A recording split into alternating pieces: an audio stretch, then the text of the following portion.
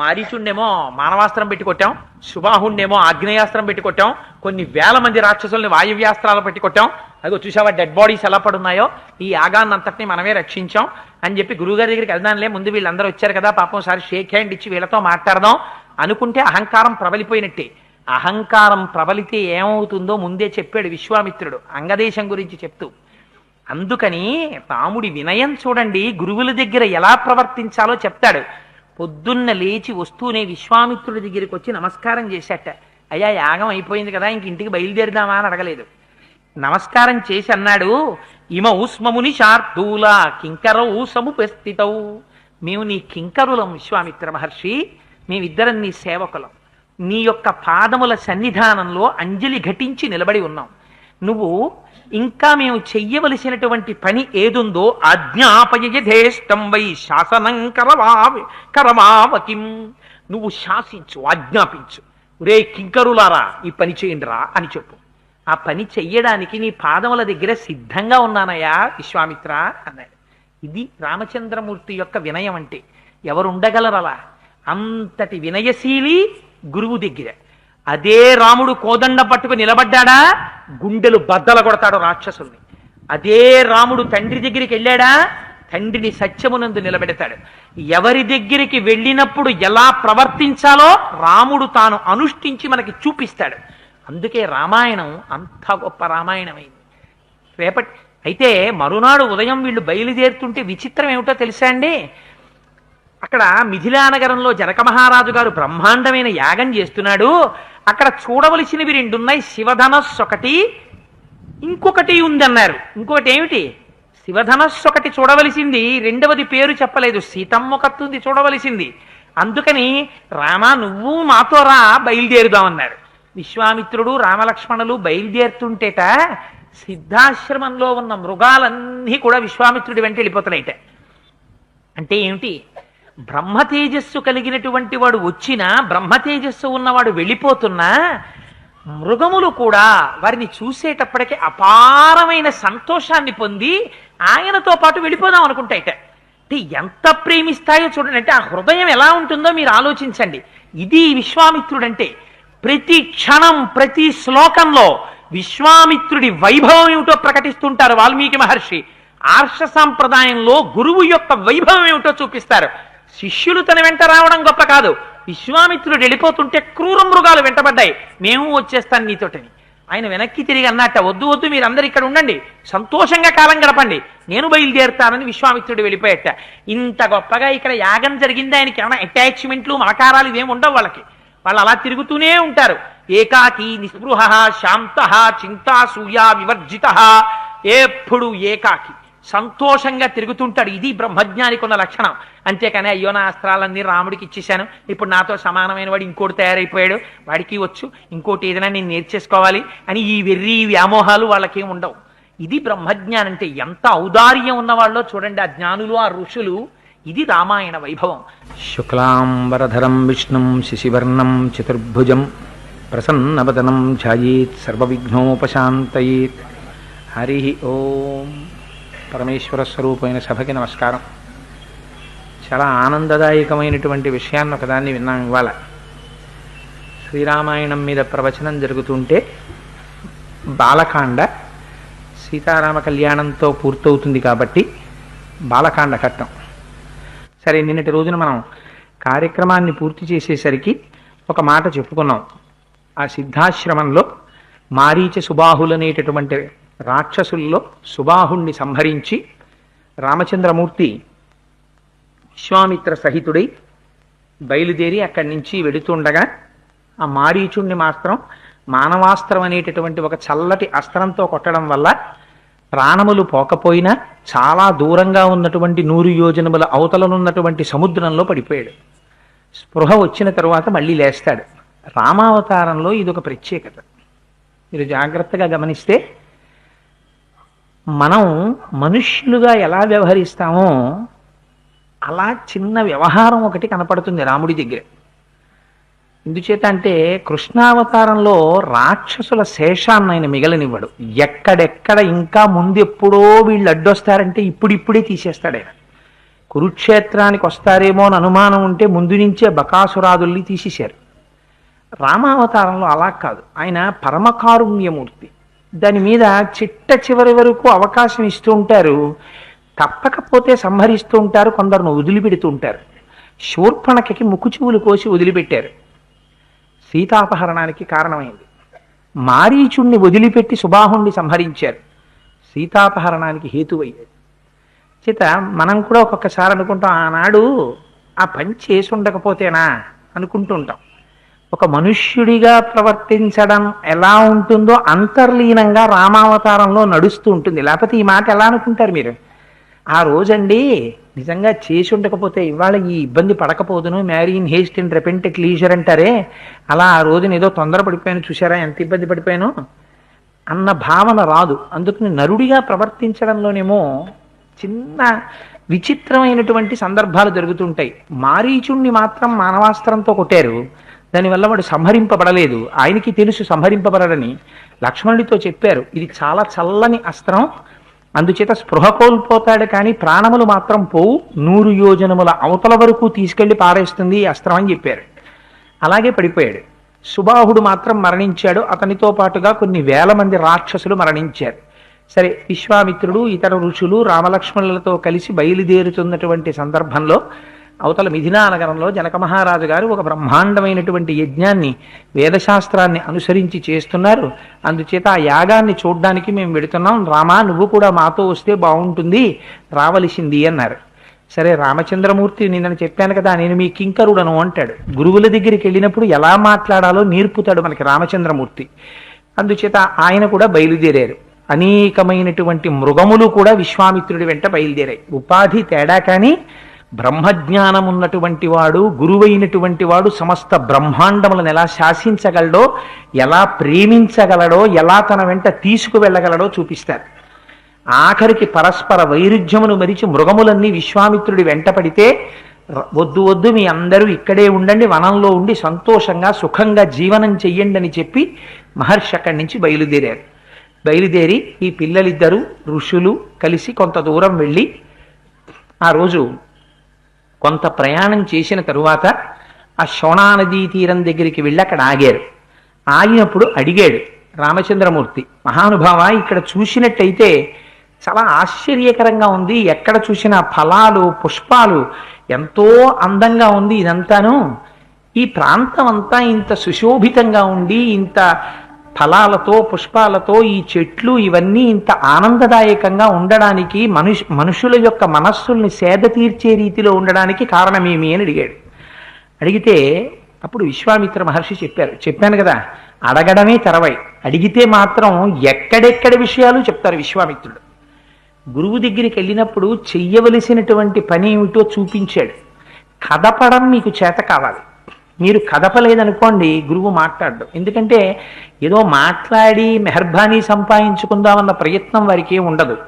వారికి మౌనం కన్నా ఆశ్రయించవలసినది వేరొకటి ఉండదు. అందుకని హాయిగా తనలో తాను రమిస్తూ ఏకాకి నిస్పృహ శాంత చింతాసూయా వివర్జిత, హాయిగా మౌనంగా తనలో తాను రమిస్తూ సంతోషపడిపోతూ యోగరతో వా భోగరతో వా సంగరతో వా సంగవిహీన యస్య బ్రహ్మణి రమతే చిత్తం నందతి నందతి నందత్యేవ, పరమానందంతో ఉంటాడు.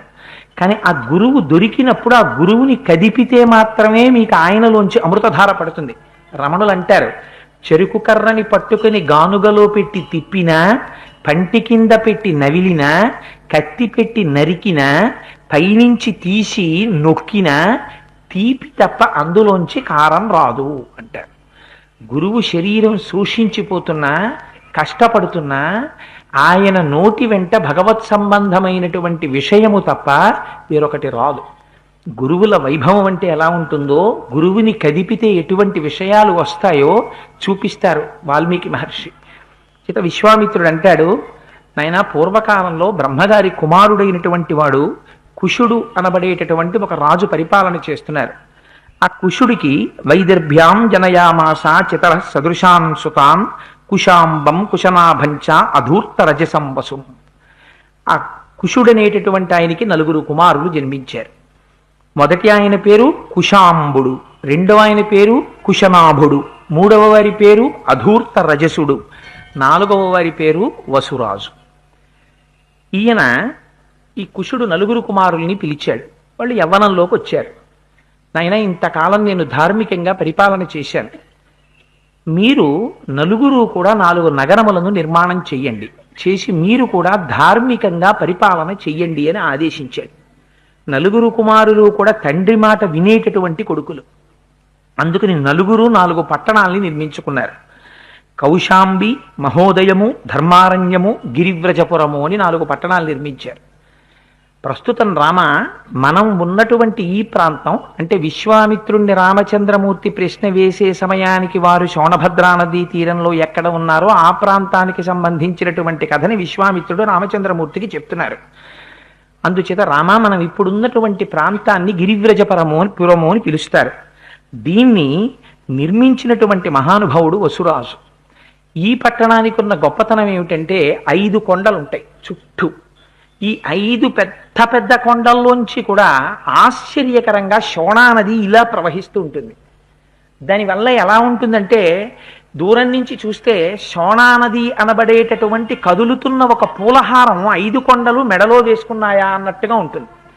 5 కొండల మెడల్లోంచి చుట్టూ తిరిగి శోణా నది ప్రవహించి ఆ ప్రాంతం అంతా ప్రవహించడంలో ఈ ప్రాంతం అంతా సస్యశ్యామలం అయిపోయింది. అన్ని పంట పొలాలు, ఎక్కడ చూసినా పంటలు పండుతాయి. అందుకని ప్రజలు పరమ సంతోషంగా ఉంటారు.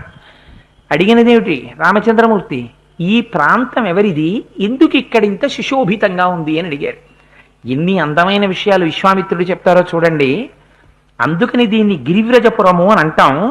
కానీ నీకొక ఆశ్చర్యకరమైన విషయం చెప్తాను విను. కుశనాభసుతాః సర్వా సమర్థాస్త్వాం సురోత్తమ. ఈ కుశనాభుడికి ఇందులో 2వ వాడైనటువంటి వాడు కుశనాభుడు. మొదటివాడు కుశాంబుడు, 2వ వాడు కుశనాభుడు, 3వ వాడు అధూర్తరజసుడు, 4వ వాడు వసురాజు. 2వ వాడైనటువంటి కుశనాభుడికి అంటే వీరు ఉన్నటువంటి ప్రాంతం ఆ వసురాజుది. 2వ వాడైనటువంటి కుశనాభుడికి 9 కుమార్తెలు కలిగారు. ఆ 9 కుమార్తెలు కలగడం కూడా ఆశ్చర్యకరంగా కలిగారు. ఎందువల్ల వారందరూ కూడా ఘృతాచి అనేటటువంటి ఒక అప్సర స్త్రీకి కుశనాభుడికి కలిసి జన్మించారు. ఘృతాచి యొక్క సంతానమేమో వాళ్ళు 9 విశేషమైనటువంటి సౌందర్య రాసులు. మెరుపు తీగలు ఎలా ఉంటాయో అంత అందంగా ఉండేవారు. వాళ్ళు రకరకాలైనటువంటి వాయిద్యాలు మ్రోగిస్తూ, వీణలు మీటుతూ, పాటలు పాడుతూ సంతోషంగా కాలం గడుపుతున్నారు. వారిలో యవ్వనం అంకురించింది. ఒకనాడు వారందరూ వెళ్ళి ఒక కొండ మీద నిలబడి పాటలు పాడుకుంటూ ఆడుకుంటూ సంతోషంగా కాలం గడుపుతున్నారు. గడుపుతుండగా వాయుదేవుడు వచ్చాడు. వాయుదేవుడు రావడం ఏమిటి, వాయుదేవుడు అంతటా ఉంటాడు కదా. వాయుదేవుడు ఈ 9 కన్యలను చూసి ప్రీతి చెందాడు. ప్రీతి చెంది ఆ ఆడపిల్లలతో ఒక మాట అన్నాడు. మీరు చూస్తే మహాసౌందర్య రాసులై ఉన్నారు. మనుష్యులకి ఒక ప్రమాదకరమైనటువంటి ధోరణి ఉంది. ఎంత సౌందర్యం ఉన్నా అది యవ్వనంలో మాత్రమే ఉంటుంది. యవ్వనం కాలగతిలో వెళ్ళిపోతుంది. కొంతకాలం అయిపోయిన తర్వాత యవ్వనం శాశ్వతంగా ఉండదు కదా, వెళ్ళిపోతుంది. వెళ్ళిపోతే మీకు ఈ సౌందర్యం నిలబడదు. అందుకని మీరు ఒక పని చేయండి, నన్ను వివాహం చేసుకోండి. నాకు మీరు భార్యలైతే మీకు దేవతాత్వం ఇస్తాను. ఇవ్వడం చేత ఏమవుతుందంటే ఇంకా మీకు యవ్వనం తరగదు, మీ యవ్వనం ఇలా ఉండిపోతుంది. అందుకని మీరు నన్ను స్వీకరించవలసింది అన్నాడు. అంటే చిన్న ప్రలోభ బుద్ధిని చూపించాడు. స్త్రీ సహజంగా సౌందర్యము కావాలని కోరుకుంటుంది కాబట్టి ఆ సౌందర్యమునకు శాశ్వతత్వం ఇస్తానని ప్రలోభ పెట్టాడు. పెడితే 9 కన్యలు ఏకకంఠంతో చెప్పారు. అది విషయం. వాళ్ళు ఒకళ్ళతో ఒకళ్ళు చర్చించుకోలేదు. వాయుదేవుడు ఇలా అంటున్నాడు, మనం ఏం చేద్దాం అని ఏం మాట్లాడుకోలేరు. ఆ 9 కలిసి ఒకేసారి ఒక మాట చెప్పారు. ఏమని? కుశనాభసుతాః సర్వా సమర్థాస్త్వాం సురోత్తమ స్థానాచ్వావయితుం దేవం రక్షామస్తు తపోవయం. మా దగ్గర అపారమైనటువంటి తపశ్శక్తి ఉంది. ఈ తపశ్శక్తి చేత మమ్మల్ని మేము రక్షించుకోగలం. దానితో పాటుగా నువ్వు వాయుదేవుడవు అని అనుకుంటున్నావు, నీకు దేవతాస్థానంలో ఉన్నావని. మా తపశ్శక్తి చేత మేము తలుచుకుంటే నిన్ను దేవతాస్థానం నుంచి తొలగతొయ్యగలం. నువ్వా గొప్ప, మేమా గొప్ప? ఇప్పుడు మేము గొప్ప. మాకున్న తపశ్శక్తి అటువంటిది. మీరు మనుష్యులు, నేను దేవుణ్ణి, దేవతాస్వరూపంలో ఉన్నవాణ్ణి. అందుకని కదా నీకు భార్యలవి కమ్మని అడుగుతున్నావు. మా తపశ్శక్తితో నిన్ను దేవతాస్థానం నుంచి తొలగతొయ్యగలం, కానీ మేము ఆ పని చెయ్యం. ఎందుకు చెయ్యం? నాకు దాని ఎందు మమకారం లేదు. నీ దేవతాస్థానాన్ని మేమెందుకు తొలగించడం? కానీ ఒక్క విషయాన్ని జ్ఞాపకం పెట్టుకో. మభూత్సకాలో దుర్మేధ పితరం సత్యవాదినం అవమన్య స్వధర్మేణ స్వయం వరముపాస్మహే. పితాహి ప్రభురస్మాకం దైవతం పరమం హిసః యస్యనో దాస్యతి పిత సనో భర్త భవిష్యతి. ఎంత గొప్ప మాట చెప్పారో చూడండి. నూర్గురు కన్యలు కలిపి ఒకే మాట చెప్పారు. భగవంతుని యొక్క దయచేత మా తండ్రి గారు స్వయంవరం ప్రకటించిన నాడు, మా తండ్రి గారు ప్రకటించిన స్వయంవరంలో వారక్కడ నిలబడి ఉండగా మహాధర్మాత్ముడు సత్యవాది అయిన మా తండ్రి కుశనాభుడు అక్కడ నిలబడి, వీరు నీకు తగిన భర్త అని ఎవరిని చెప్తారో వారి మెడలో మేము వరమాల వేస్తాం. పితాహి ప్రభురస్మాకం దైవతం పరమం హిసః యస్యనో దాస్యతి పిత సనో భర్త భవిష్యతి. వారి మెడలో వరమాల వేస్తాం, వారు మాకు భర్త అవుతారు. తప్ప ఎప్పటికీ కూడా తండ్రిని పక్కన పెట్టి మా అంత మేముగా వరుణ్ణి ఎంచుకోగలమని తండ్రి యొక్క గొప్పతనాన్ని, తండ్రి యొక్క తెలివితేటల్ని త్రోసిరాజని, భర్తని స్త్రీ స్వతంత్రముగా ఎంచుకునేటటువంటి కాలము రాకుండుగాక. ఎంత గొప్ప మాట చెప్పారో చూడండి. మనం రామాయణానికి వారసులం. ఆడపిల్ల పుట్టిందంటే మగపిల్లవాడు 1 గంట ఇంటికి ఆలస్యంగా వస్తేనే తల్లిదండ్రులు బెంగబెట్టుకుంటారు. ఆడపిల్లని ఏ సమయంలో పడితే ఆ సమయంలో బయటికే పంపరు. రెక్కల కింద పెట్టి కాపాడుకునేటటువంటి తల్లిదండ్రులకి యుక్త వయస్సు వచ్చిన ఆడపిల్ల ఇంట్లో ఉంటే సజావుగా నిద్రే పట్టదు, ఎంత తొందరగా కన్యాదానం చేసి పంపించేద్దామా అని. అటువంటి ఆడపిల్ల ఇంత కష్టపడి ఇంత రక్షణ వహించి కూతురు యందు అవ్యాజమైన వాత్సల్యమున్న తండ్రి యొక్క మాట కాదని, నాన్నగారు నా మనస్సు నా ఇష్టం, మీరు ఫలానా చదవమన్నారు చదివాను, ఫలానా వాణ్ణి చేసుకోమంటే మాత్రం నేను సిద్ధంగా లేను అన్న దౌర్భాగ్యపు మాటలు ఈ జాతి సంస్కృతిలో లేవు. ఈ మాటలు ఇవాళ రేపు రూపాయలకి కక్కుర్తి పడిన దౌర్భాగ్యుల నోటి వెంట వచ్చినటువంటి మాటలు. ప్రేమించడానికి ధైర్యం కావాలి. ఏమిటి ధైర్యం? తల్లిదండ్రులను ఎదిరించడం ధైర్యమా? తల్లిదండ్రులు నీ శత్రువులా? నీ యోగక్షేమములు తెలియనివారా? నీ పతనములకు పునాదులు వేసేవారా? దేనికి ధైర్యం కావాలి? ఏ టీవీకి వెళ్ళండి, సినిమాకి వెళ్ళండి, జీవితానికి ప్రయోజనం ఏమిటి అంటే స్త్రీ యుక్త వయస్సు వస్తే ఓ పురుషుడి వెంట ఆబోతు ఆవుల వెంట పడ్డట్టు పడ్డాం. కేవలం పెళ్లి చేసుకోవడంతో సినిమా పూర్తయిపోతే చాలు. తదనంతర జీవితం గురించి డబ్బుల కోసం తీసిన వాడికి అక్కర్లేదు. కానీ దాని ప్రభావం పడిపోయి ఇవాళ ఎన్ని కోట్ల మంది జీవితాలు పాడవుతున్నాయో. మన జీవితానికి రామాయణం మార్గం నేర్పింది. అందుకే బ్రహ్మగారు అన్నారు, ఎంతకాలం రామాయణం చెప్పబడుతుందో అంతకాలం మానవత్వం నిలబడుతుంది. రామాయణం మన జాతి ఆస్తి. రామాయణానికి మనం వారసులం. ఎంత గొప్ప మాట నూర్గురు కన్యలు కలిసి చెప్పారో చూడండి. పితాహి ప్రభురస్మాకం దైవతం పరమం హిసః యస్యనో దాస్యతి పిత సనో భర్త భవిష్యతి. మా తండ్రి గారు ఎవరు భర్తని నిర్ణయిస్తారో వారి మెడలో వరమాల వేస్తాం. స్వతంత్రించి ఆడపిల్ల భర్తని ఎంచుకునేటటువంటి దుష్టకాలము రాకుండుగాక. ఇటువంటి మాటలు మా తండ్రి గారిని అడగకుండా మాతో తిన్నగా వచ్చి మాట్లాడడం చేత నువ్వు దుర్మేధ, నువ్వు వాయుదేవుడు కావచ్చు, నువ్వు దేవతాస్వరూపానివి కావచ్చు, అయినా సరే ఆడపిల్ల తండ్రిని సంప్రదించకుండా ఆడపిల్ల దగ్గరికి వచ్చి వివాహం చేసుకుంటానని సౌందర్యం గురించి మాట్లాడినటువంటి నీది దుర్మేధ. ఈ ఒక్క కారణం చేత నిన్ను దేవతాస్థానం నుంచి తీసేస్తాం మేము మా తపోశక్తితోటి. అయినా మేము తీయం. ఎందుకో తెలుసా? మాకు ఓర్పు ఉంది. మా తపస్సు చేత మమ్మల్ని మేము రక్షించుకోగలం, కానీ నిన్ను విడిచిపెడుతున్నాం. మరి ఔదార్యం చూడండి. నూర్గురు కన్యలు ఈ మాట చెప్తే వాయుదేవుడికి ఆగ్రహం కలిగింది. వాల్మీకి మహర్షికి స్వపరభేదాలు ఏమి ఉండవు. మహర్షులైనటువంటి వారు పక్షపాతాలతో కొమ్ములేం కాయరు. ఎక్కడ తప్పుంటే అది దేవతాస్వరూపం కానివ్వండి, హనుమ అంతటి వారు కానివ్వండి, మండోదరిని చూసి సీతమ్మ అనుకుంటే నిదర్శయన్ స్వాం ప్రకృతిం కపీనాం, కోతి బుద్ధి బయట పెట్టుకున్నావయా అన్నారు. అందుకని మహర్షి రాగద్వేషాలు లేకుండా రాస్తారు. వారు మహాజ్ఞాని, వారికి ఏమవసరం, వారికి ఏం బెంగలేదు. గురు కన్యలు అన్నటువంటి మాటలు విని ఆగ్రహించి వారి శరీరము లోపలికి ప్రవేశించి వారి అవయవముల యందు సంకోచత్వమును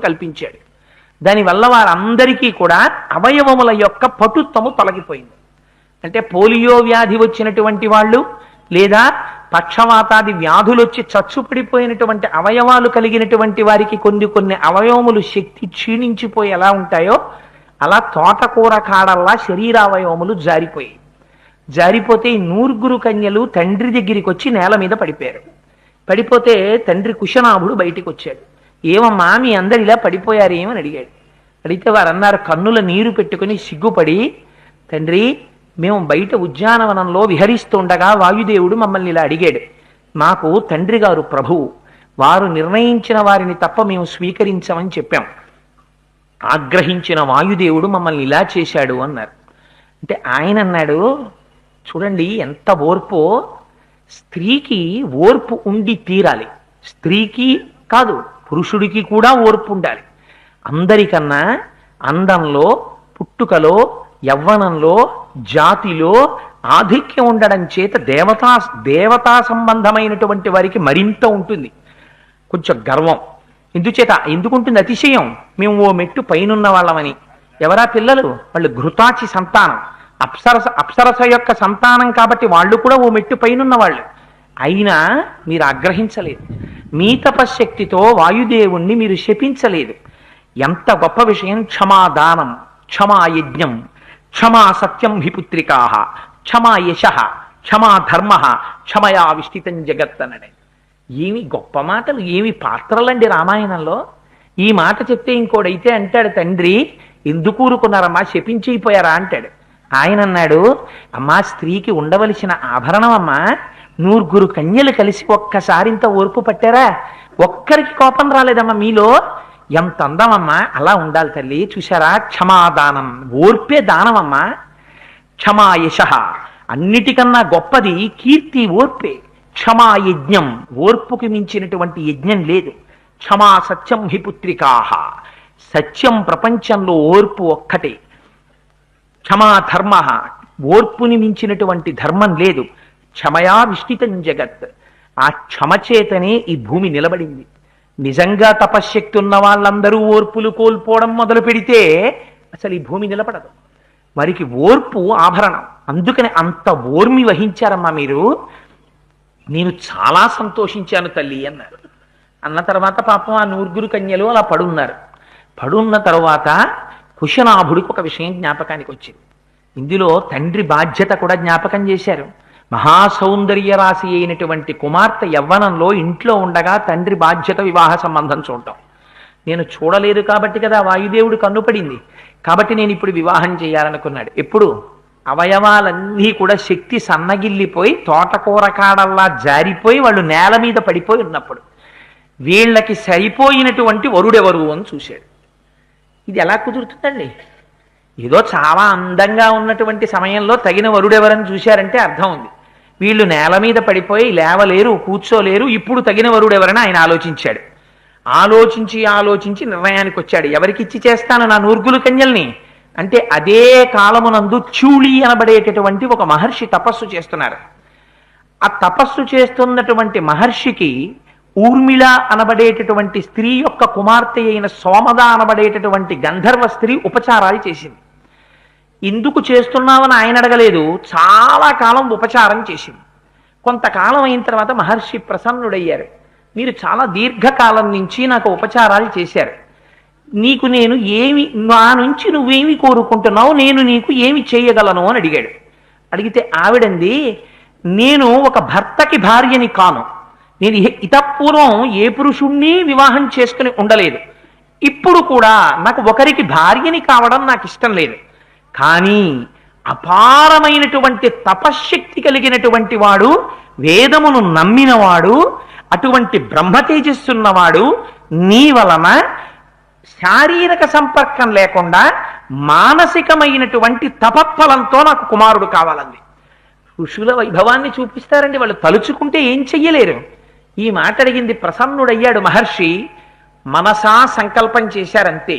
సంకల్పం చేసినంత మాత్రం చేత చూళి యొక్క అనుగ్రహంతో, చూళికి సోమదకి ఏ విధమైనటువంటి భౌతిక సంపర్కం లేకపోయినా సోమదకి చూళి యొక్క మానసపుత్రుడు జన్మించాడు. ఆయనకి బ్రహ్మదత్తుడు అని పేరుంచారు. జన్మత గొప్ప ప్రభావవంతుడైన ఆయన కాపిల్యము అనేటటువంటి నగరంలో ఉంటుండేవారు. ఆ నగరంలో ఉంటుండగా చూశారు, ఈ కుశాంబుడు అనేటటువంటి ఆయన కాంపిల్య నగరంలో ఉన్నటువంటి బ్రహ్మదత్తుడు తగిన వరుడు నా నూర్గురు కన్యలకి, వీళ్ళని ఆయనకిచ్చి వివాహం చేస్తానన్నాడు. ఎక్కడి బ్రహ్మదత్తుడు? పుట్టుక చేత బ్రహ్మజ్ఞాని, మహర్షి చూళి యొక్క ఔరసపుత్రుడు, సోమద యొక్క సంతానం. అటువంటి వాడికిచ్చి ఈ నూర్గురు కన్యల్ని వివాహం చేస్తానన్నాడు. ఏమిటి వాళ్ళకున్న క్వాలిఫికేషన్ చెప్పండి నాకు ఇప్పుడు. భారతదేశంలో వివాహం చేసుకోవడానికి చూసిన క్వాలిఫికేషన్ ఏమిటో తెలుసా అండి? బాహ్య సౌందర్యము పట్ల అపార ప్రీతిని చూచుట భారతదేశమునకు తెలియదు. అందుకే పెద్దలైన వారిని ఎందుకు పంపిస్తారో తెలుసా వివాహానికి? పెద్దలు నిశ్చయించినారుగాన ఏతత్ సుముహూర్తమునకో అని ఎందుకు రాస్తారంటే, అక్కడికి వెళ్ళి ఈ అమ్మాయి అంత అందగత్తే అని కాదు చూడవలసింది, ఆ అందం కాలంలో వెళ్ళిపోతుంది. కాలంలో వెళ్ళిపోయేటటువంటి అందం ఎంతకాలం నిలబడుతుంది, అది కాదు చూడవలసింది. ఆ అమ్మాయి ఈ అబ్బాయి వీళ్ళిద్దరి యొక్క అభిరుచులు ఎంత కలుస్తాయి. భారతదేశానికి విశ్వనాథ సత్యనారాయణ గారు ఒక మాట చెప్తుంటారు, 1000 పడగలలో 999 పడగలు చితికిపోయాయి సంస్కారంలో, ఒక్క పడగే మిగిలింది. ఏది అంటే ఈ జాతిలో ఎన్ని ఇబ్బందులు రానివ్వండి, ఎన్ని కష్టాలు రానివ్వండి, ఒకసారి బ్రహ్మముడి పడిన తరువాత శరీరం పడిపోవాలి తప్ప భర్తని భార్య కానీ భార్యని భర్త కానీ విడిచిపెట్టి వెళ్ళిపోవడం అన్నది ఈ జాతికి తెలియదు. ఆ పని చేసిన వారు ఏ కారణానికి చేసినా అసహ్యించుకోవడం ఒక్కటే ఈ జాతికి తెలుసు. వారు ఎంత పేదరాలు కానివ్వండి, భర్తని అనుగమించిన స్త్రీని మహాపతివ్రత అంది దేశం. రాక్షసుడు కావచ్చు రావణాసురుడు, కానీ నాపతి అని అనువర్తించింది మండోదరి, మహాపతివ్రత కింద చేర్చారు తప్ప భర్తని తిరస్కరించినటువంటి స్త్రీకి కానీ స్త్రీని విడిచిపెట్టిన భర్తకి కానీ ఈ జాతిలో గౌరవం ఇవ్వలేదు.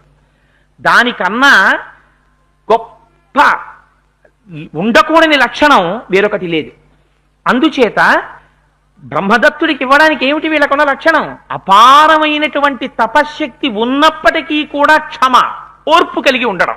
ఇంతకన్నా గొప్ప లక్షణం ఎవరికి ఉంటుంది? అందుకని నా కుమార్తెకి తగినవాడు బ్రహ్మదత్తుడే అన్నాడు. బ్రహ్మదత్తుడిని తీసుకొచ్చాడు ఇంటికి. ఆశ్చర్యం ఏమిటో తెలుసా అండి, బ్రహ్మదత్తుడు చూశాడు, నూర్గురు కన్యలది ఏకీభావం. ఎందుకని? ఏమిటి చేస్తారు వివాహం చేస్తే? మనస్సులు కలుపుతారు. చేత కాక కాదు, ఆర్ష సాంప్రదాయంలో ముహూర్తాలు పెట్టడం అంత చారస్తాలండి, ముహూర్తాలండి, అందుకు కాదు. ఎందుకు ముహూర్తం పెట్టడం? ఆ ముహూర్త సమయానికి వారిద్దరి నక్షత్రాలకి మనస్సులు ఏకీకృతమయ్యేటటువంటి అవకాశం వస్తుంది. జీలకర్రని బెల్లాన్ని కలిపి నూరితే అందులోంచి విద్యుత్తు పుడుతుంది. దాన్ని అరిచేతితో పట్టుకుని అవతల వారి యొక్క శిరోభాగమునందు పెడితే ఇద్దరి యొక్క మనస్సులు కలుస్తాయి. మనస్సులు కానీ కలవనటువంటి సంసారం వచ్చిందనుకోండి, వారికి కాదు భారం, వారు జాతికి భారం అయిపోతారు. ఎందుకని? పురుషుడు స్త్రీని విడిచిపెట్టినా స్త్రీని పురుషుడు విడిచిపెట్టినా సమాజం పాడైపోతుంది వాళ్ళిద్దరూ బయటకు వస్తే. అందుకని ముందు కలవవలసింది మనస్సులు కలవాలి. అక్కడ ఉన్నది నూర్గురు కన్యలు, కానీ నూర్గురు కన్యలకి మనస్సు ఒక్కటే. ఎలా చెప్పగలవు? నూర్గురు కలిసి ఏకకాలమునందు ఒకే మాటతో వాయుదేవుణ్ణి తిరస్కరించారు, ఒకే మాటతో తండ్రిని గౌరవించారు, ఒకే మాటతో ఓర్పుతో భూమి మీద పడిపోయి ఉండిపోయారు. అందుకని కన్యలు నూర్గురు, వాళ్ళ మనస్సు ఒక్కటి. అందుకని వీళ్ళని నువ్వు స్వీకరించన్నారు. బ్రహ్మదత్తుడు చూసినటువంటి లక్షణం ఏమిటో తెలుసా అండి? వాళ్ళకి ఇవాళ శారీరక బలం లేకపోవచ్చు, కానీ వాళ్ళకి గొప్ప మానసిక బలం ఉంది. నేను స్వీకరిస్తానన్నాడు ఆయన అని కన్యాదానం చేస్తే పాణిగ్రహణం చేశాడు. ఒక్కొక్క కన్య యొక్క పాణిని గ్రహించేటప్పటికీ బ్రహ్మదత్తునిలో ఉన్నటువంటి తపశ్శక్తి చేత లోపల ఉన్నటువంటి వాయువు విడిచిపెట్టేసి వాళ్ళు మళ్ళీ సౌందర్య రాసులైపోయారు. మళ్ళీ మళ్ళీ సౌందర్య రాసులై నూర్గురు తమ పూర్వస్వరూపాల్ని పొంది అత్తవారింటికి వెళ్ళారు. మన ఆర్ష సాంప్రదాయాన్ని జ్ఞాపకం పెట్టుకోండి. కథలు చెప్పడానికి చెప్పరు. బాలకాండలో వాల్మీకి మహర్షి నేర్పుతారు. సోమద వచ్చిందిట, గంధర్వకాంత. ఎవరు? బ్రహ్మదత్తుని యొక్క తల్లి. వచ్చి తన కోడళ్ళ ప్రతి కోడలి యొక్క చెయ్యి పట్టుకుని సంతోషపడిపోతూ కుశనాభుణ్ణి మెచ్చుకుందిట. ఎవరిని మెచ్చుకుంది? వియ్యంకుణ్ణి మెచ్చుకుంది. ఎందుకు మెచ్చుకుంది? అయ్యో నా పిల్లలండి ఇలా పడిపోయారు, వీళ్ళకి మంచి సంబంధాలు ఏమొస్తాయి అని ఏడ్చినవాడు కాడు. నానా మేము శపించలేదంటే క్షమాదానం, క్షమాయజ్ఞం, క్షమాధర్మం, క్షమా సత్యం హి పుత్రికాహ అని ఆనాడు ప్రకటించి నా కూతుళ్ళకి బలం ఉందని తీసుకొచ్చి బ్రహ్మదత్తుడికి ఇచ్చి వివాహం చేసినవాడు. కూతుర్ని అర్థం చేసుకునేటటువంటి సుసంపన్నమైన మనస్సు ఉన్నవాడు. అందుకని కదా ఇటువంటి అల్లుడి పక్కకి చేర్చగలిగాడు కూతుర్ని అని కుశనాభుణ్ణి పొగిడింది. ఎన్ని మాటలు! 100 కన్యల చెయ్యి పట్టుకున్నప్పుడు కూడా ఎన్ని మాటలు పొగడబడ్డాడు! అటువంటి సోమద చేత 100 మాటలు పొగడబడ్డాడు. ఇది ఈ జాతి సంస్కారం. ఎవరికి చెప్తున్నారు ఇవన్నీ? రాముడికి చెప్తున్నారు. ఎందుకు చెప్పాలి రాముడికి ఇవన్నీ? ఆ కదిపితే బండీరా వరకు చెప్తారు. రామచంద్రమూర్తి ఇంకా సీతమ్మని కళ్యాణం చేసుకుంటారు. భార్యాభర్తల సంబంధం అంటే ఏమిటో, బాహ్య సౌందర్యం చూడాలో, అంతఃసౌందర్యం చూడాలో, సంసారం అంటే ఎలా ఉంటుందో, దానివల్ల ఇద్దరు ఒకరినొకరు ఎలా ఉద్ధరించుకోవాలో రామాయణం మనకి నేర్పింది. యవ్వనంలో ఉన్నటువంటి పిల్లలున్న చోట చెప్పించుకోవలసింది, చెప్పవలసింది, వినవలసింది రామాయణం. మన దౌర్భాగ్యం వాళ్ళ రామాయణం తప్ప టీవీలకు అంకితం అయ్యాం. సంస్కృతి ఏమైపోతుంది? రామాయణ సంస్కృతి తగ్గిపోయింది, రాక్షస సంస్కృతి పెరిగిపోతుంది. ఎందుకని? నా మనస్సు నా ఇష్టం, నా మనస్సు వాడికి ఇచ్చేశాను కాబట్టి తిరిగి రాదు, ఒకరికి ఇస్తే తిరిగి రాదు, ఓడిపోతే ఊరుకోదు, పగిలిపోతే అతుకుపడదు, శాలువా కప్పుకో, ఎండ చెట్ల పక్కన తిరుగు. ఇది ఏమవుతుంది? జాతికి దౌర్భాగ్యం. అందుకని రామాయణం ఏదో హాస్యాస్పదంగా వ్రాసినటువంటి కథలు కావవి. యథార్థంగా జరిగినటువంటి కథలు, వాటిల్లో ఉన్నటువంటి సుసంపన్నమైన సంస్కృతిని ఎవరికి ఎప్పుడు ఏది ఎలా చెప్పాలో అలా చెప్పగలిగిన వాడు గురువు. రాముడితో మాట్లాడుతున్నాడు. అందుకని ఎదర రాముడి కళ్యాణం జరగబోతోంది. ఆడపిల్లని చేపట్టడం అంటే ఏమిటో, సంసారం అంటే ఏమిటో, తపశ్శక్తి అంటే ఏమిటో, ఈ అన్యోన్యమైన అనురాగం కదండి సీతమ్మ తల్లికి కూడా అంత ఓర్పునిచ్చింది. భవిష్యత్తులో రావణుడు ఎన్ని మాట్లాడినా నిన్ను క్షమించాను రా అందమ్మ. నిజంగా అమ్మే కోపగించింది అనుకోండి, ఆ రోజున అమ్మ శపించలేదా రావణాసురుణ్ణి? ఎక్కడ పునాది ఎక్కడక పడిందో చూడండి. ఒక సరైన గురువు దగ్గర యవ్వనంలో ఉన్న పిల్లలు ఒక మంచి మాట వింటే వాళ్ళ జీవితాలు ఎలా చక్కబడతాయో చూడండి. ఇది రామాయణానికి ఉన్న గౌరవం. అందుకే ఎప్పుడు చెప్పినా ఎక్కడ చెప్పినా మనవాళ్ళు రామాయణం చెప్పుకునేవారు, రామాయణం వినేవారు ఆబాల గోపాలం. అంతేగాని రామాయణం అంటే రిటైర్ అయిపోయిన వాళ్ళకి రామాయణం అని కాదు. రామాయణం అందరికీ రామాయణం కావాలి. ఎందుకని రామాయణంలో నేను పాటించకూడదు అన్నదేం లేదు. నీ జీవితాన్ని దిద్దుకోవడానికి కావలసినవన్నీ రామాయణంలో ఉన్నాయి. అందుకని ఈ విషయాన్నంతటినీ చెప్పారు. చెప్పిన తరువాత బయలుదేరారు. అక్కడి నుంచి బయలుదేరి మనం ఇలా బయలుదేరి వెడదాం, ఈ నదిని దాటుదాం అన్నారు. అంటే రాముడు అన్నాడు, ఈ శోణా నది అంతా మోకాలు లోతు నీటితో ఉంది, దీన్ని ఎటువైపు నుంచి దాటుదాం అన్నాడు. అంటే విశ్వామిత్రుడి గొప్పతనం చూడండి. ఆయన అన్నారు, మోకాల్లోతు నీరే కాబట్టి ఇక్కడ దాటేద్దాం అనలేదు. మహర్షులందరూ ఎటు నడిస్తే అటు నడుద్దాం రామా అన్నారు. నీ నిర్ణయాలు కావు, పెద్దలైన వారు వెడుతున్నారు ముందు, వారు ఎటు వెడుతున్నారో అటు వెళ్ళడం నేర్చుకో. అంతేకాని ఎక్కడికైనా వెళ్ళిన దగ్గర నుంచి అయ్యా అటుకన్నా ఇలా వెళ్ళిపోతే బాగుంటుందని అనకు. వారు ఎటు వెడుతున్నారో వారి వెంట వెళ్ళిపోవడం నేర్చుకో. వారు అనవసరపు విషయాలకు వెళ్ళడు. వాడు వెడుతున్నాడు అంటే వాడు ఖచ్చితంగా ఏదో చూడవలసినటువంటి చోటికి వెడతాడు. వాడి వెనక వెళ్ళు, నీకు కూడా దర్శనం అవుతుంది. అందుకని మహర్షులు ఎటు వెడుతున్నారో అటు వెడదాం రామా అన్నారు. అలాగే గురువుగారు అన్నాడు. ముందు విశ్వామిత్రుడు నడుస్తున్నాడు, ఋషులు నడుస్తున్నారు, వీళ్ళు నడుస్తున్నారు. ఇంత నడుస్తున్నారు కదా, కాళ్ళు పట్టేవా? పట్టవుట. ఎందుకు పట్టవుట తెలుసా? వాళ్ళు అంతటా బ్రహ్మాన్ని చూస్తుంటారట. బాగా చెట్టు చూడబోయ్, ఎంత పెద్ద చెట్టోయ్, ఆ ఆకుపచ్చతనం చూడబోయ్. నమో హరికేశాయోపవీతినే పుష్టానాం పతజే నమో నమో అని మనం అభిషేకం చేసేటటువంటి రోజు రుద్రాధ్యాయంలో ఉన్న చెట్టులోని ఆకుపచ్చతనంగా పరమశివుడు నీకు దర్శనం అవట్లా? ఆ నీరు చూడు, ఆ నీరు ఎవరు సృష్టించారో? ఇన్ని పశువులు తాగుతున్నాయి, ఎంతమంది మనుషులు తాగుతున్నారు, ఎంత పంట పండుతోంది, నీరు భూమికి తగిలితే పంట వచ్చే ఏర్పాటు చేసిన వాడెవరు అని అంతటా ఈశ్వర దర్శనం చేస్తూ ఆ వనాల్ని చూస్తూ సంతోషపడిపోతూ ముందుకెళ్ళారట. వాళ్ళకి గంగానది కనపడింది. గంగానది దర్శనం అవగానే వాళ్ళందరూ పొంగిపోయారట. మనమైతే ఏం చేస్తాం? వెళ్ళగానే అమ్మయ్య వచ్చేసామని గబగబా హోటలో, లేకపోతే మెస్సో, లేకపోతే మినరల్ వాటర్ బాటిలో, బిస్కెట్ ప్యాకెట్టో, దాని మీద ఉన్నంత ధ్యాస మనకి జరగబోతున్న క్షేత్రం మీద, దర్శనం మీద ఉండదు. గంగానదిని చూడగానే వాళ్ళందరూ పొంగిపోయి స్నానం చేసి జీవితంలో గంగమ్మ దర్శనం అయింది. అని పొంగిపోయి అప్పటికి చేయలే విశ్వామిత్రుడు ఎన్ని మాటలు చేశాడో. అందుకే అంటారు శంకర భగవత్పాదులు, భగవద్గీత కించితి దీత గంగాజలలవ కణికాపీత సకృతపియేన మురారి సమర్చ క్రియతే తస్య యమేన నచర్చ అన్నారు. ఏం అందమైన మాట అండి నిజంగా. భగవద్గీత కించితి దీత, భగవద్గీత ఒక్క శ్లోకం నీకు అర్థమైందా? గంగాజలలవ కణికాపీత, గంగాజలంలో ఒక బొట్టు నువ్వు తాగావా? ఎందుకు తాగాలి? ఎదరు చెప్తారు గంగావతరణంలో ఎందుకు తాగాలో. గంగాజలలవ కణికాపీత సకృతపియేన మురారి సమర్చ, జీవితంలో ఒక్కసారి శ్రీ మహావిష్ణువుని పూజ చేశావా? ఎలా చెయ్యాలో అలాగా. క్రియతే తస్య యమేన నచర్చ, నీకు యముడితో వాదన లేదన్నారు. అదేమిటంటే నేను ఎప్పుడన్నా వాదించానా అంటామేమో. అంచకాలమునందు ఆయాసమున నిన్ను తలతు నిపుడే, ఆఖరణ ప్రాణోత్క్రమణం అయిపోతుంటే కపవాత పైచముల్ కప్పగా శ్రమ చేత కంపముద్భవ మంది కష్టపడుచు. గుటక పడదు, ఒక పక్క భటులు కనపడుతుంటారు. ప్రాణ అపాన వ్యాన ఉదాన సమాన నాగ కూర్మ కృకర ధనంజిగ దేవదత్తములు అనేటటువంటి వాయువులు వెళ్ళిపోతుంటాయి. భటులు భయంకరమైన రూపాలతో వచ్చి పాశం వేసి పట్టుకోవడానికి ప్రయత్నం చేస్తుంటారు. జీవుడు అటు ఇటు పారిపోతుంటాడు.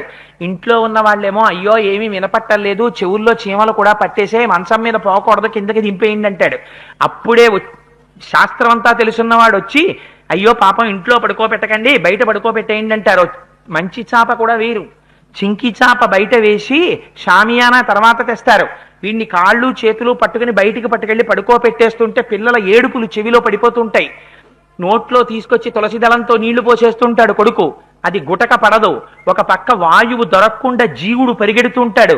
కపవాత పైచముల్ కప్పగా శ్రమ చేత కంపముద్భవ మంది కష్టపడుచు, నారాయణాయంచు నా జింహతో నిన్ను పిలుతునో శ్రమ చేత పిలువలేను.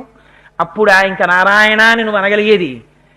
పిలుతునో శ్రమ చేత పిలువలేను, నాటికిపుడే నీ నామస్మరణ చేతు చెవినిడవయ్య భూషణ వికాస శ్రీధర్మపుర నివాస దుష్ట సంహార నరసింహ దురిత దూర. అప్పుడొక్కసారి ఇది వెళ్ళిపోయిందా? అయ్యో స్వామి టైం అయిపోయిందా, ఒక్క రోజు ఇందులో పెట్టవయా, ఆ రోజంతా ఇంకా నీ నామం చెప్పుకుంటూ కూర్చుంటానంటే నిమిషం ఉండనివ్వరు. అందుకని స్వామి ఇప్పుడే నారాయణ అంటున్నాను, చెవి ఒగ్గి విను అన్నాడు కోటేశ్వరరావు అని గుర్తుపెట్టుకో స్వామి అని చెప్పుకున్నారు మహానుభావులు. ఉదాహరణకి కోటేశ్వరరావు అన్నాను కానీ నేనేం ఆర్తితో చెప్పుకోలేదు, మహాప్రభు శతకకర్త చెప్పుకున్నారు. అందుచేత ఆ స్థితిని చూపిస్తూ అక్కడ గంగానది కనపడగానే అందులో స్నానం చేసి పితృతర్పణలు ఇచ్చారట. గంగకున్న శక్తి అటువంటిది. ఆ గంగాజలంలో పితృతర్పణలు ఇచ్చి అగ్నిహోత్రం చేసి ఒడ్డున కూర్చుని ఆ మిగిలినటువంటి హవిస్సుని అమృతాన్ని తిన్నట్టుగా తిన్నారట. ఒక్కొక్క చోటికి వెళ్ళినప్పుడు నువ్వు 80 ఏళ్ళు బతికితే 80 సంవత్సరాల వయస్సులో నువ్వొక పరమపావనమైనటువంటి క్షేత్రానికి ఏ కాశీపట్టణం లాంటి దానికో వెడితే నువ్వు ఉండేది 2 రోజులు. 2 రోజులంటే 48 గంటలు. నువ్వు ఎంత నేను తెలివిగా ఉన్నాననుకున్నా నువ్వు పడుకుండిపోవడానికి నీకు 24 గంటలు అయిపోతుంది. నీకున్నది కాశీలో 24 గంటలు. 24 గంటల్లో నువ్వు విశ్వేశ్వరుడి దేవాలయంలో నిలబడేది కనీసం 30 నిమిషాలు. అందులో నిన్ను తోసేయిగా శివలింగం దగ్గర నిలబడేది 2 నిమిషాలు. ఆ 2 నిమిషాల మనస్సు నువ్వు అక్కడ పెట్టలేనప్పుడు ఇంత దూరం కాశీ నుంచి వెళ్ళి ప్రయోజనం ఏమిటి? కాశీకి వెళ్ళి అక్కడికి వెళ్ళి ఓ గంగానది సైకతం మీద కూర్చుని నువ్వు గంగావతరణం గురించి చెప్పుకోకపోతే, అక్కడికెళ్ళి శివాష్టోత్తర శతనామాన్ని పారాయణ చేయకపోతే, కూర్చుని అభిషేకం చెయ్యకపోతే, శివనామం గురించి లోపల స్మరించకపోతే, అది కాశీ కానివ్వండి, తిరుమల కానివ్వండి, అరుణాచలం కానివ్వండి, క్షేత్రమునకు వెళ్ళినటువంటి ఆ కొద్ది రోజులు నువ్వు ఈశ్వరానుగ్రహము కోసమే ప్రాకులాడకపోతే ఎక్కడి నుంచి వస్తుంది నీకు పుణ్యం? అందుకని ఇది నేర్పుతోంది మనకి బాలకాండ. అన్నం తిన్నారా వాళ్ళు అప్పటి వరకు? ఇది చూడరు. వచ్చింది ఎక్కడికొచ్చావు? గంగానది ఒడ్డుకొచ్చావు. గంగానది ఒడ్డుకొచ్చినప్పుడు గంగ ఒడ్డున ఎలా ఉండాలో అలా ఉండు. అందుకని స్నానం చేశారు, పితృతర్పణలు ఇచ్చారు, అగ్నికార్యం చేశారు, మిగిలినటువంటి హవిస్సుని అమృతంగా తిన్నారు. క్షేత్రాలకు వెళ్ళినప్పుడు అప్పుడు కూడా నీ దిక్కుమాలిన నాలిక కోసం తిరక్కవు. ఇక్కడ ఇడ్లీ మన ఆంధ్ర ఇడ్లీలో ఉండదండి, ఇక్కడ దోశలో నూనె ఎక్కువ వేశాడండి, ఇవి వదిలిపెట్టు. బ్రెడ్ తిన్నావా, పండు తిన్నావా, వదిలిపెట్టు. ఈశ్వరానుగ్రహానికి నోచుకో. నా అదృష్టం, ఇన్నాళ్ళకి ఇక్కడికి వచ్చాను, అని పొంగిపోయి నీకేది పడుతుందో అది తిని దాని మీద ఎక్కువ భ్రమ పెట్టుకోకుండా స్వామి కోసం బ్రతకడం నేర్చుకో 2 రోజులు అని మనకి నేర్పుతోంది బాలకాండ. లేకపోతే రాముడు వెళ్ళి అక్కడికి వెళ్ళి అగ్నికార్యం చేసి ఆ హవిస్సులో మిగిలినటువంటి హవిస్సు అమృతాన్నంగా తిన్నాడని మనకి చెప్పడం ఎందుకు? మనకి నేర్పుతుంది ఎలా బతకాలో. రాముడంతటి వాడు నరుడిగా వస్తే అలా ప్రవర్తించాడు. నువ్వెందుకు ప్రవర్తించావు? నువ్వు ప్రవర్తించి తీరాలి, నువ్వు రామకథ వింటే, నీకు రామభక్తి ఉంటే. అందుకని ఆ గంగానదిని వారందరూ అలా సేవించి ఆ గంగానదిని దాటి ఆవలి ఒడ్డుకి వెడుతున్నప్పుడు అక్కడ కూర్చున్న తర్వాత మహానుభావుడు ఒక మాట చెప్పాడు. విశ్వామిత్ర మహర్షి, నాయన నీకు చెప్పాను కదా, కుశనాభుడు అనబడేటటువంటి రాజుకి 9 కుమార్తెలు ఉండేవారని, ఆ 9 కుమారుల్ని కూడా బ్రహ్మదత్తుడు అనేటటువంటి ఆయనకి ఇచ్చి వివాహం చేసేశాడు. తనకి కొడుకులు లేరనేటటువంటి బాధ చేత ఇంటికి వెళ్ళి పుత్రకామేష్టి చేశాడు. ఆ పుత్రకామేష్టి జరుగుతూ ఉండగా వాళ్ళ తండ్రి అయినటువంటి కుశమహారాజు గారు వచ్చారు. వచ్చి, నాయన నీ కోరిక నెరవేరుతుంది, నీ పేరు ప్రతిష్టలు నిలబెట్టగలిగినటువంటి వాడు గాధి అనబడేటటువంటి వాడు నీ కుమారుడిగా జన్మిస్తాడు, ఆయన వల్ల నీ యొక్క మన వంశం అంతా పావనమవుతుందని చెప్పాడు. ఆ గాధి కుశనాభునికి కుమారుడిగా జన్మించినటువంటి గాధి రామ నా తండ్రి. ఎంత అందంగా చెప్తాడో చూడండి విశ్వామిత్రుడు. గాధి ఈజ్ మై ఫాదర్ అనేదో చెప్పడం కాదు, ఎంత అందంగా చెప్తాడో చూడండి. చెప్పేటప్పుడు తండ్రి గురించి మాట్లాడడం అంటే ఎలా ఉండాలో చూడండి. సపితామమ కాకుత్సా గాధి పరమధార్మిక. మా తండ్రి గారు గాధి పరమధార్మికుడు రామ. తండ్రిని జ్ఞాపకం తెచ్చుకుంటే, మా తండ్రి గారండి మహాభక్తుడు, మా తండ్రి గారు నన్ను ఇంత కష్టపడి పెంచి పెద్ద చేశారు, ఈపాటి సంస్కారం మాకు మిగలడానికి మా తండ్రి గారు హేతువు అని తండ్రిని కాని తల్లిని కాని స్మరించినప్పుడు నీ నోటి వెంట మంచి మాట రావాలి. గాధి గురించి మాట్లాడితే అంత బ్రహ్మజ్ఞాని విశ్వామిత్రుడు, నా వంటి కొడుకునికని అదృష్టవంతుడైన తండ్రి కుశనాభుడు గాధి అనలేదు. పరమధార్మికుడైనటువంటి గాధికి నేను కుమారుణ్ణని చెప్పుకున్నాడు. చెప్పి సపితామమ కాకుత్సా గాధి పరమధార్మిక కుశవంశ ప్రసూతోస్మి కౌశికో రఘునందన. నేను కుశవంశంలో జన్మించాను కాబట్టి నన్ను కౌశికుడు అంటారు, నేను గాధి కుమారుణ్ణి రామా అని చెప్పారు. చెప్పి ఒక మాట చెప్పారు. తన వారి గురించి చెప్పడంలో, మా అక్క ఉండేది 8 ఇళ్ళు కాకినాడలో ఉండేవి, 3 ఇళ్ళు హైదరాబాద్లో ఉండేవి, 8 ఫిక్స్డ్ డిపాజిట్లో మా అక్కకి బావగారికి. ఈ దుర్మార్గపు మాటలు కావు. ఎలా మాట్లాడాలో కుటుంబాల గురించి మాట్లాడితే, తన అక్క గురించి మాట్లాడితే, మా అక్కగారు ఉన్నారండి మహాతల్లి, మా అక్కగారు 18 సార్లు కాశీ వెళ్ళారు, వెళ్ళినప్పుడల్లా 9 మార్లు ఉంటారు. ఆ తల్లి 1,00,000 ఒత్తుల నోము దగ్గర నుంచి ఎన్ని నోములు చేసిందో మా అక్కయ్య. నాకు ఎప్పుడు వెళ్ళినా మా అక్కయ్య పాదాలకి శిరస్సు తగిలేటట్టు నమస్కరిస్తాను, మా అక్క ఆశీర్వచనం నాకు అంగరక్ష అని. నీ అక్క గురించి నువ్వు మాట్లాడగలిగితే నీ సంస్కారం తెలుస్తుంది. విశ్వామిత్రుడు ఎలా మాట్లాడతాడో చూడండి తన అక్క గురించి. సశరీరాగతా స్వర్గం భర్తారమనువర్తిని కౌశికీ పరమోదార ప్రవృత్తాచ మహానది దివ్యా పుణ్యోదకారం యా హిమవంతముపాశ్రిత లోకస్య హితకామార్థం ప్రవృత్తా భగినీ మమ. రామ, నా అక్క పేరు సత్యవతి, ఆవిడ భర్త పేరు, మా బావగారి పేరు రుచకుడు. మా బావగారు శరీరాన్ని విడిచిపెట్టారు. విడిచిపెడితే మా అక్క భర్తని విడిచిపెట్టి ఉండలేక సశరీరంగా మా బావతో స్వర్గానికి వెళ్ళిపోయింది. వెళ్ళిపోయి తన యొక్క పాతివ్రత్యాన్ని నిరూపించుకున్న తరువాత మళ్ళీ అక్కడ ఉండకుండా నదిగా మారింది. ఇది నదులంటే ఎందుకు గౌరవిస్తామో తెలుసా అండి? పరోపకారం తప్ప వేరొకటి చేతకానివి నదులు. అందుకని నది కనపడితే నమస్కారం చేస్తాం. నదిగా మారి కౌశికి అనేటటువంటి పేరుతో హిమాలయ పర్వతాల మీద ప్రవహిస్తూ ఉంటుంది. అపారమైనటువంటి పుణ్యోదకాలు కలిగినటువంటిది, చల్లని నీరు కలిగినటువంటిది, లోకమునకు శ్రేయస్సు కల్పించాలనేటటువంటి లక్షణం ఉన్నది. మా అక్క కౌశికీ నదిగా హిమాలయాల్లో ప్రవహిస్తోంది. అందుకే రామ, నేను హిమాలయ పర్వతాల మీద తపస్సు చేస్తూ ఉంటాను, అక్కడ తిరుగుతూ ఉంటాను.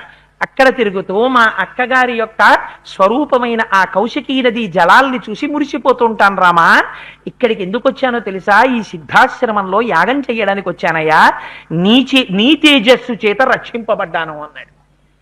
నిజానికి రామచంద్రమూర్తికి తేజస్సు విశ్వామిత్రుడిచ్చాడా? రామ తేజస్సుతో విశ్వామిత్రుడు రక్షింపబడ్డాడా? అన్ని అస్త్రములు ఉపదేశము చేసినటువంటి వాడు విశ్వామిత్రుడు. గురువు అస్తమానం నేను గొప్ప నేను గొప్ప నేను గొప్ప నేను గొప్ప అన్నవాడు గురువు కాడు. గురువు కాడు, బరువు. ఎవడు గురువు? నిరంతరం వినయంతో ప్రవర్తించేవాడు నేను ఎంతటి వాడినయ్యా, నేను కాదయ్యా గొప్ప, ఈశ్వరానుగ్రహం అయ్యా నిన్ను రక్షించింది అనగలిగినవాడు గురువు. ఇలా అన్నాడు కాబట్టి విశ్వామిత్రుడయ్యాడు. అందుకని రామ నీ తేజస్సు చేత నేను రక్షింపబడ్డాను, నా యాగం పూర్తయిందయ్యా అన్నారు. అంటే ఆ చుట్టూ ఉన్న ఋషులు అన్నారట, విశేషేణ భవానేవా విశ్వామిత్ర మహాయశ కౌశికీ సరితాం శ్రేష్ఠ కులోద్యత కరీతవా. విశ్వామిత్ర, నీ వంటి వాడు జన్మించడం చేత నీ వంశం ధన్యమైంది, మీ అక్కగారైనటువంటి సత్యవతి పుట్టడం చేత పరమపావనమైందయా నీ వంశం అన్నారు. నువ్వు ఒక వంశంలో పుట్టడం వల్ల ఆ వంశాన్ని తలుచుకున్నప్పుడల్లా రావలసిన కీర్తి ఏమిటో తెలుసా? పుట్టలోని చెదలు పుట్టవా గిట్టవా అంటారు పోతన గారు. కలుగనేటికి తల్లుల కడుపు చేటు, అమ్మ కష్టపడి ప్రసవించడం తప్ప, మరణ సదృశమైన వేదన పడ్డం తప్ప నువ్వు బతికి నువ్వు పుట్టి నువ్వు చచ్చి ప్రయోజనం ఏమిటి?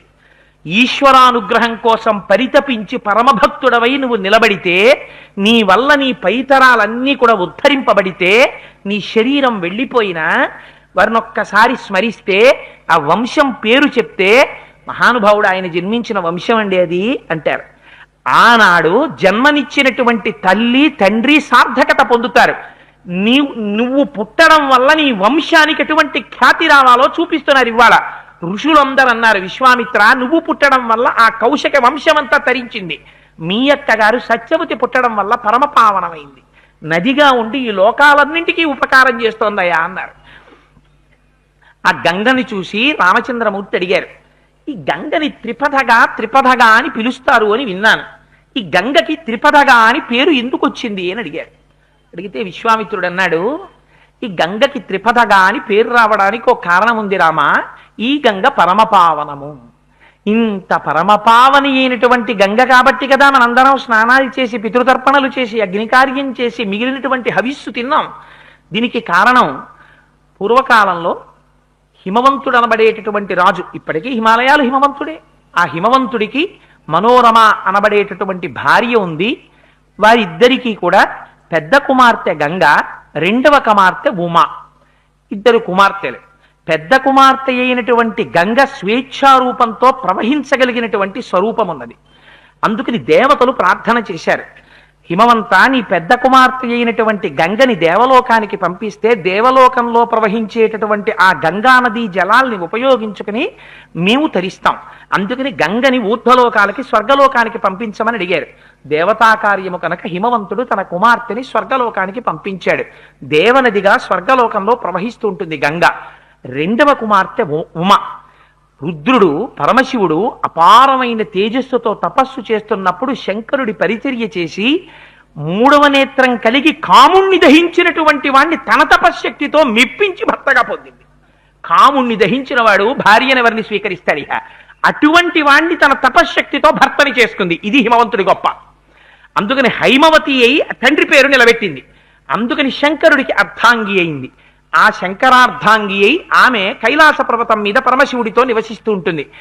ఆ గంగ పరమపావని. ఆ గంగ ఒకనాడు భూలోకానికి తేబడి పాతాళానికి చేరింది. అందుకని మూడుగా ప్రవహించింది కాబట్టి గంగని త్రిపథగా అంటారు. ఇది పరమపావనము అన్నట్టు. అంటే చెప్పారు కదా గురువుగారు అని రాముడేం ఊరుకోడు. ఈ మాత్రం అయితే నువ్వింత కష్టపడి గంగకొచ్చి స్నానం చేసి ఇంత పరవశించిపోయి ఇంత మురిసిపోయి ఇంత అగ్నికార్యం చేసి ఇంత పితృకార్యం చేసి ఇంత పరవశించిపోవు. గురువుగారు మీరు సులభంగా చెప్పారు, అలా గురువుగారు టూకీగా చెప్పారు అనకూడదు. రామచంద్రమూర్తి గురువుని అడగడం ఎంత అందంగా అడుగుతాడో చూడండి. గురువు నుంచి అమృతధారని రాబట్టుకోవడానికి ధర్మయుక్తమిదం బ్రహ్మన్ కదితం పరమం త్వయా దుహితు శైలరాజస్య జ్యేష్ఠాయా వక్తుమర్హసి విస్తరం విస్తరజ్ఞోసి దివ్యమానుష సంభవం త్రీన్ పథో హేతునాకేన ప్లావయేల్లోకపావని కథం గంగా త్రిపదగా విశ్రుత సరిదుత్తమ. నదులన్నింటిలోకి అత్యుత్తమమైనటువంటి నది గంగా, పరమపావని, మనుష్యుల యొక్క పాపములను హరించగలిగినటువంటిది అని మీరు చెప్పారు కదా. గంగ చేసినటువంటి పని ఎవ్వరూ చెయ్యలేనిది అని ఒక మాట అన్నారు కదా. మీరు కథని విస్తరించి చెప్పి విన్నటువంటి వారి యొక్క హృదయములలో ఆ గంగ యొక్క పవిత్రత నిలబడిపోయినట్టుగా చెప్పగలిగినటువంటి సమర్థత కలిగినటువంటి వారు. అటువంటి విశ్వామిత్ర మహర్షి మా యందు అనుగ్రహించి విస్తారంగా మాకు ఆ గంగా అవతరణాన్ని చెప్పండి, లేకపోతే మాకు ఎలా తెలుస్తుంది? మమ్మల్ని అనుగ్రహించండి, ఎందుకు గంగకంత పరమపావనత్వం వచ్చిందన్నారు. ఇలా అడిగితే కదా చెప్పబుద్ధేస్తుంది. గంగ గొప్పతనం ఏమిటో చెప్పడం మొదలుపెట్టారు విశ్వామిత్ర మహర్షి. మొదలుపెట్టి ఆయన అంటారు, పురారామకృతోద్వాహో నీలకంఠో మహాతపాహ దృష్ట్వాచ స్పృహయాదేవి మైథునాయోపచక్రమే. పార్వతీదేవిని వివాహం చేసుకున్న తర్వాత శంకరుడు కైలాసానికి వెళ్ళాడు. వెళ్ళిన తరువాత ఆ పార్వతీ పరమేశ్వరులిద్దరూ కలిసి 100 దివ్య సంవత్సరములు, మన కాలమానంలో సంవత్సరం కాదు, 100 దివ్య సంవత్సరములు క్రీడించారు ఇద్దరు. 100 దివ్య సంవత్సరములు క్రీడించినప్పటికీ వారికి సంతానం కలగలేదు.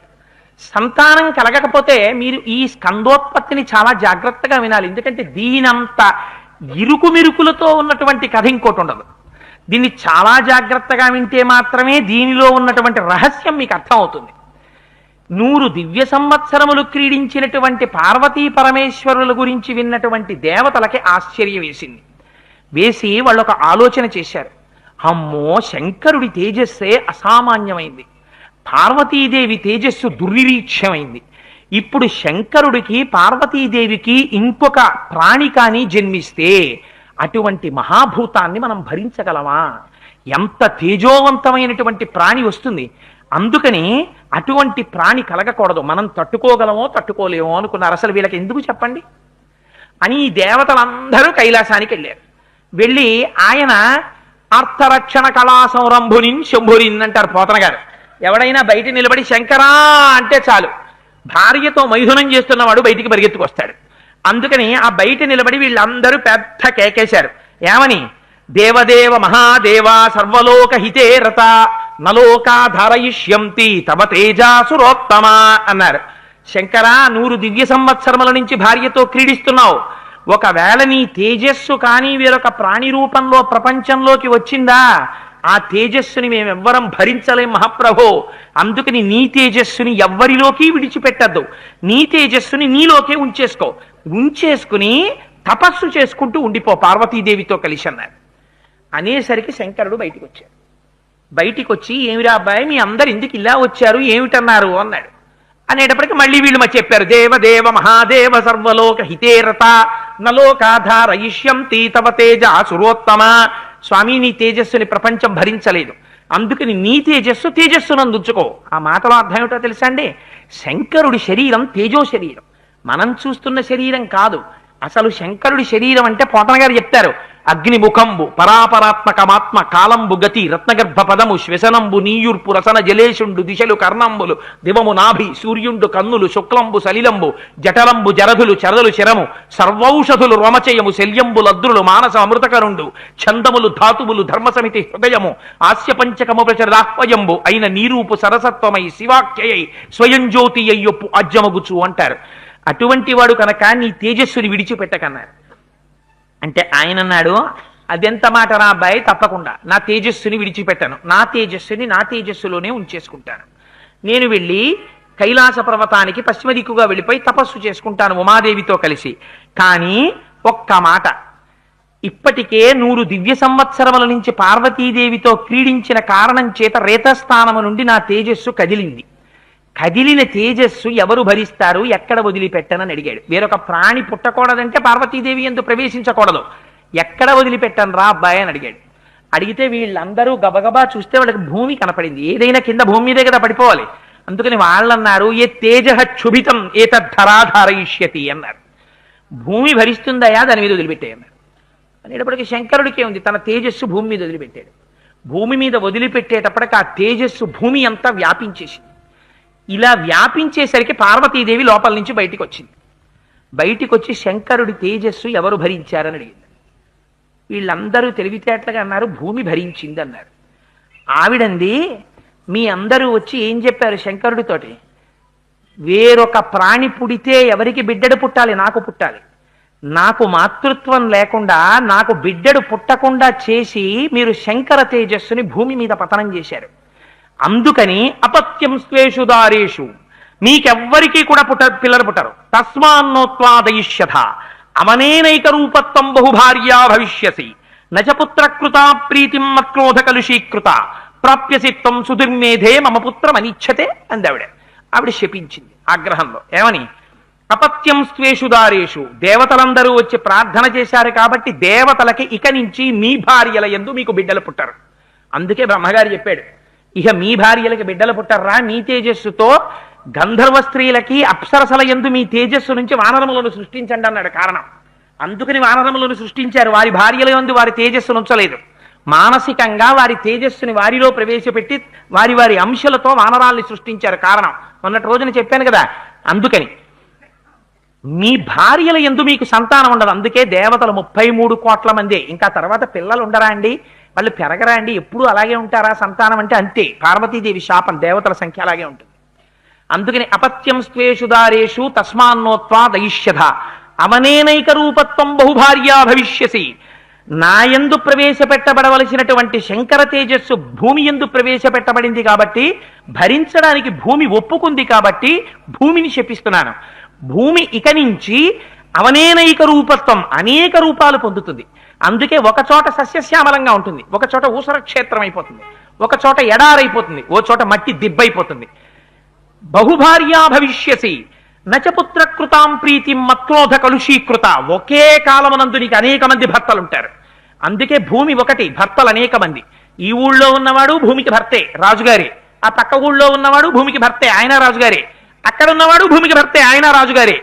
అంతేకాదు నచపుత్ర కృతాం ప్రీతిం మత్క్రోధ కలుషీకృత. నాకు బిడ్డలు కలగకూడదని అనుకుని నా భర్త తేజస్సుని నువ్వు భరించావు కాబట్టి నీకు బిడ్డల వలన ఏ రకమైన కీర్తి ఉండదు. నీ బిడ్డల వల్ల నువ్వు సిగ్గుతో తలంచుకుంటావంది. అందుకే తండ్రి భూపతే, కొడుకు భూపతి. తండ్రి గారు భూమికి పతి, రాజుగా ఉన్నంత కాలం. తండ్రి గారు వెళ్ళిపోయిన తర్వాత కొడుకు ఏమవ్వాలి? భూమికి పతి కాబట్టి భూమికి కొడుకు అవ్వాలి. మళ్ళీ పట్టాభిషేకం చేసుకుంటే ఆయన భూపతి. అందుకని తండ్రి భూపతి, కొడుకు భూపతి. ఎంత అవమానకరమైన విషయం భూమికది. అందుకని అపుత్రం స్వేషుదారేషు తస్మాన్నోత్వాదయిష్యధ అవనేనైక రూపత్వం బహుభార్యా భవిష్యసి నచపుత్ర కృతాం ప్రీతిం మత్క్రోధ కలుషీకృత ప్రాప్యసిత్వం సుదుర్మేధే మమ పుత్రమనిచ్చతి అని శపించింది ఆవిడ. శపించేటప్పటికీ దేవతలందరూ తలలు వంచేసి సిగ్గుపడిపోయి వెళ్ళిపోయారు. వెళ్ళిపోయిన తరువాత శంకరుడి తేజస్సు భూమి మీద పడింది. భూమి అంతా పరివ్యాప్తం అయిపోయింది. అయిపోతే భూమి తట్టుకోలేని స్థితి వస్తే దేవతలందరూ అగ్నిహోత్రుణ్ణి ప్రార్థన చేశారు. అప్పుడు ఏమని పిలిచారు? ఆయన దగ్గరికి వెళ్ళి, అయ్యా ఈవిడ భరించలేకపోతోంది కాబట్టి తతో దేవాహ పునరిద మూచాద హుతాశనం ప్రవిశత్వం మహాతేజో రౌద్రం వాయు సమన్విత. వాయువుతో కలిసి రుద్ర తేజస్సుని నీ యందు పెట్టుకో. ఎందుకని? ఈ తేజస్సుని భరించలేకపోతోంది భూమి. నువ్వు అగ్నివి కాబట్టి నువ్వు ఆ తేజస్సుని నీలో పెట్టుకుని ఉంచు అన్నారు. అందుకని శివ తేజస్సుని తీసుకుని అగ్నిహోత్రుడు తనలో పెట్టుకుని ఉంచుకున్నాడు. శంకరుడు భార్యతో కలిసి పశ్చిమ దిక్కుకి తపస్సుకి వెళ్ళిపోయాడు. దేవతలు వాళ్ళ వాళ్ళ స్థానానికి వెళ్ళిపోయారు. పుట్టవలసిన వాడోడు పుట్టుకొచ్చాడు. తారకాసురుడు పుట్టాడు. వాడెంత గొప్ప కోరిక కోరాడు. పార్వతీ పరమేశ్వరులకి బిడ్డడు పుడితే వాడి చేతిలోనే చచ్చిపోతానన్నాడు వాడు. ఇప్పుడు ఎలా వెళ్ళి అడుగుతారు మళ్ళీ? అయా మీ ఇద్దరికి బిడ్డడు పుడితే వాడి చేతిలో తారకాసురుడు చావాలి. అలా కానీ పుట్టకపోతే వాడు ఎవరిని కొడతాడు? దేవతల్ని కొడుతూ ఉంటాడు. ఇంద్రుణ్ణి కొడతాడు, దేవతల్ని కొడతాడు. ఇప్పుడు వెళ్ళి ఎలా అడుగుతారు? అందుకని ఎప్పుడూ కన్సల్టెంట్ ఫిజిషియన్ ఒక ఆయన ఉంటారు. ముందు ఆయన రిఫర్ చేస్తారు. తర్వాత మీరు సర్జన్ దగ్గరికి వెళ్ళండో లేకపోతే ఫలానా ఆర్థోపెడిషియన్ దగ్గరికి వెళ్ళండో ఆయన చెప్తాడు. ముందు ఫిజిషియన్ దగ్గరికి వెడతాం కదా. అందుకని ముందు అందరూ బ్రహ్మగారి దగ్గరికి వెడతారు. బ్రహ్మగారి దగ్గరికి వెళ్ళి, అయ్యా జరిగిన గొడవంతా మీకు తెలుసు కదా, మళ్ళీ చెప్పుకోవడం ఎందుకు సిగ్గుచేటు, మనం లేనిపోని విషయాల్లో వైలు పెట్టాం. అందుకని చెప్పి మనం ఏం చేద్దాం మరి? ఇప్పుడు దేవతలకి సేనాని లేడు, శంకరుడు ఉంటే సేనాపత్యం వహిస్తాడు. కానీ ఆయన తపస్సు చేస్తున్నాడు. ఆయన దగ్గరికి వెళ్ళి రమ్మంటే ఏమంటాడో? ఎందుకు వచ్చింది? 3వ కన్నోటు ఉంది ఆయనకి. ఇంతకుముందు మన్మధుడిని తీసేశాడు అలాగే. అందుకని వెళ్ళడం కష్టం. అందుకని ఏం చేయమంటారని అడిగారు. అడిగితే బ్రహ్మగారు చాలా గొప్పవాడు, మహానుభావుడు. నిజంగా ఆయన అన్నాడు, అబ్బాయి మీరు బెంగెట్టుకోకండి రా, పార్వతీ పరమేశ్వరులకి బిడ్డడు పుడితే కదా తారకాసురుడు చచ్చిపోతానన్నాడు. పార్వతికి గంగకి తేడా లేదు. ఎందుకని? పార్వతి గంగ ఇద్దరూ కూడా హిమవంతుడు మనోరమల యొక్క సంతానం. మీ భార్యలకి బిడ్డలు పుట్టరు. అందుకని శివ తేజస్సు మీ ఎవరి భార్యలో పెట్టడానికి వీల్లేదు. అగ్నిహోత్రంలో ఉంది. ఇంకా అగ్ని తనలో పెట్టుకుని ఉంచాడు శివ తేజస్సుని. ఎందుకని? అప్పుడు అగ్నిహోత్రుడిని పుచ్చుకుని ఉంచమన్నారు కదా, ఉంచుకున్నాడు తనలోను. అంటే మనం పట్టుకెళ్ళి ఏదో ఫ్రిడ్జ్లో పండు దాచుకున్నట్టో అలా అగ్నిహోత్రుడు తనలో పెట్టుకుని ఉంచాడు. అందుకని ఇప్పుడు ఆ తేజస్సు ఎవరిలో విడిచిపెట్టాలి? గంగమ్మలో విడిచిపెట్టాలి. గంగమ్మ ఎవరు? పార్వతీదేవికి అక్కగారు. గంగలో విడిచిపెడితే పార్వతీదేవికి కోపం రాదు, ఎందుకనంటే తనక్కే కదా. అందుకని పోన్లే, నాకు పుట్టవలసిన బిడ్డ మా అక్కకి పుట్టాడని సంతోషిస్తుంది. అందుకని అగ్నిహోత్ర నువ్వు వచ్చి ఆ శివ తేజస్సుని గంగలో విడిచిపెట్టు అన్నారు. అంటే దేవతలందరూ బయలుదేరి గంగమ్మ దగ్గరికి వెళ్ళారు. వెళ్ళి గంగమ్మని అన్నారు, గర్భం ధారయ వైదేహి దేవతానామిదం ప్రియ